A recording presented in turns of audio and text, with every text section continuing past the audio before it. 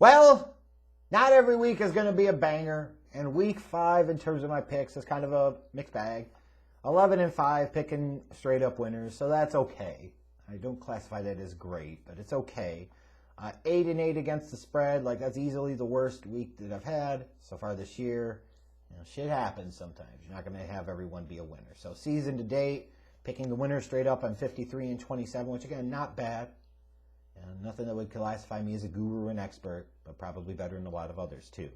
And then against the spread, 49-31. To me, what that represents is, I understand there are other factors such as, what the actual spread is, like how much money is at stake, etc. But you probably could have taken my picks throughout the course of the first 5 weeks and made some money off of them, which is almost fascinating. I almost wonder, if people had done that and you used the spreads every week with me, how much would you come out ahead or behind at the end of the year? Anybody want to take that on? I'm just wondering. Anyways, so here we are to talk about my picks for Week 6 of the 2021 NFL season. As always, those picks are going to be in the description box down below. You are also welcome to go against me with your own picks. Shall be fun, shouldn't it? And you look at Thursday night as a perfect example of when we talk about the spreads, about how shit sometimes just feels really fishy, doesn't it?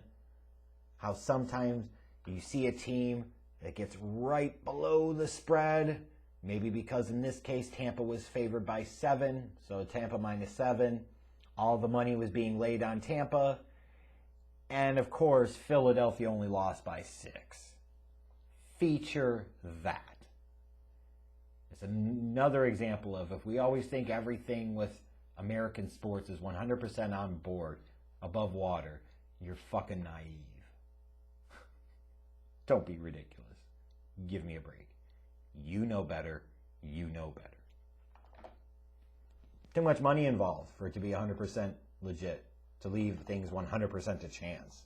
You have to have your head in the clouds or your head in the sand or up your arse to think that this is all legit. But anyway, so Tampa did win Thursday night to the surprise of probably nobody, but the spread ended up being closer, and they only won by 6. So I picked Tampa -7, so I kind of split the difference there. Got the winner right, got the spread cover wrong.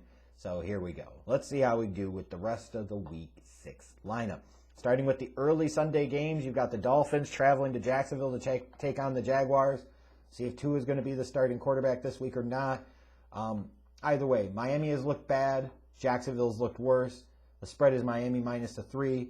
I would think at some point in time, Jacksonville's got to get a win here, and this Miami team is a perfect place to do that. I realize I can come back Sunday afternoon and feel like an idiot for making this pick, but I'm going to go a little different here. I'll take the Jaguars plus the 3. There is no reason to do so other than the fact that Miami also sucks. And even if Tua plays, Miami still sucks. So give me Jacksonville plus the 3. Fuck it while not. You've got Green Bay traveling to Chicago to take on the Bears in the rivalry that in no way is a rivalry. Aaron Rodgers has owned the Bears throughout his career. He is Chicago's daddy. Make no mistake about it. Give me Green Bay -5.5 all damn day long. You got the Bengals traveling to Detroit to take on the Lions. The Bengals in that crazy overtime game last week against the Packers with all those missed field goals, they had a chance. But ultimately, Mason Crosby finally made a damn kick in overtime, and the Packers won 25-22. Meanwhile, another week, another heartbreaking loss for the Detroit Lions. Had Dan Campbell all emotional about it. The Lions are sitting there at 0-5, which in some ways feels very appropriate, but on the other ways doesn't feel right. And maybe I'm in this space now where I'm just going to pick the Detroit Lions to win every single week until they win a game. Because I can see it, I can sense it, I can feel it. It's coming. And I don't want to be on the wrong side of it the week that it does. And I look at this Bengals team, I'm sorry, they've lost to the Bears. The Bears are not a good team. It makes the Bengals not a good team. If anything, you look at Sunday, it's more of a reflection of the Packers are not a great team, and they played down to the level of competition. I like Detroit to finally get their first win this year. Give me Detroit plus the 3.5. You got the Houston Texans traveling to Indianapolis to take on the Colts. I'll take the Colts -10. They've got to get this win. They're at 1-4. If they don't win this game, their season is truly over. If they win this game, though, they're 2-4, and the division is shit. And they basically just got to worry about Tennessee the rest of the year. They could still make a season out of this. That was a tough loss on Monday night against the Ravens. Really tough. Those are the types of losses where you just flat out fell flat on your face and you choked. There's no other way to put it. those losses can be something that you can rally around and play your best football, or they can kill you. I like the Colts here, minus the 10. Got the Rams traveling to New York to take on the Giants. I do like the Rams to win. The 9.5-point spread may be appropriate, but I like the Giants to cover the 9.5. You got Kansas City, the Chiefs at 2-3, traveling to Washington to take on the Washington football team. In a sign of the crazy times, Kansas City is only favored by 6.5, even with Mahomes and that offense, even with how bad the Washington defense has been this year.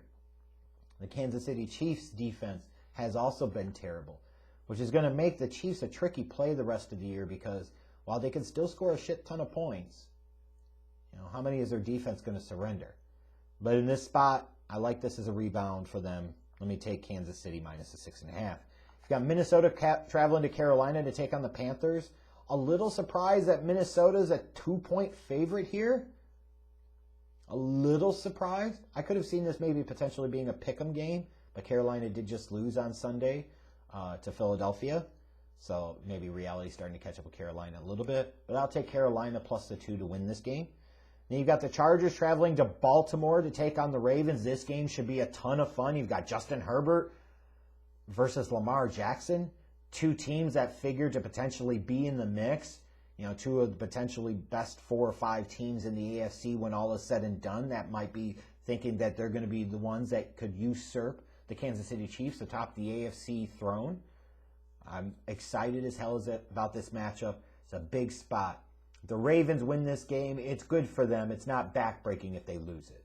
It's not backbreaking for the Chargers if they lose this game.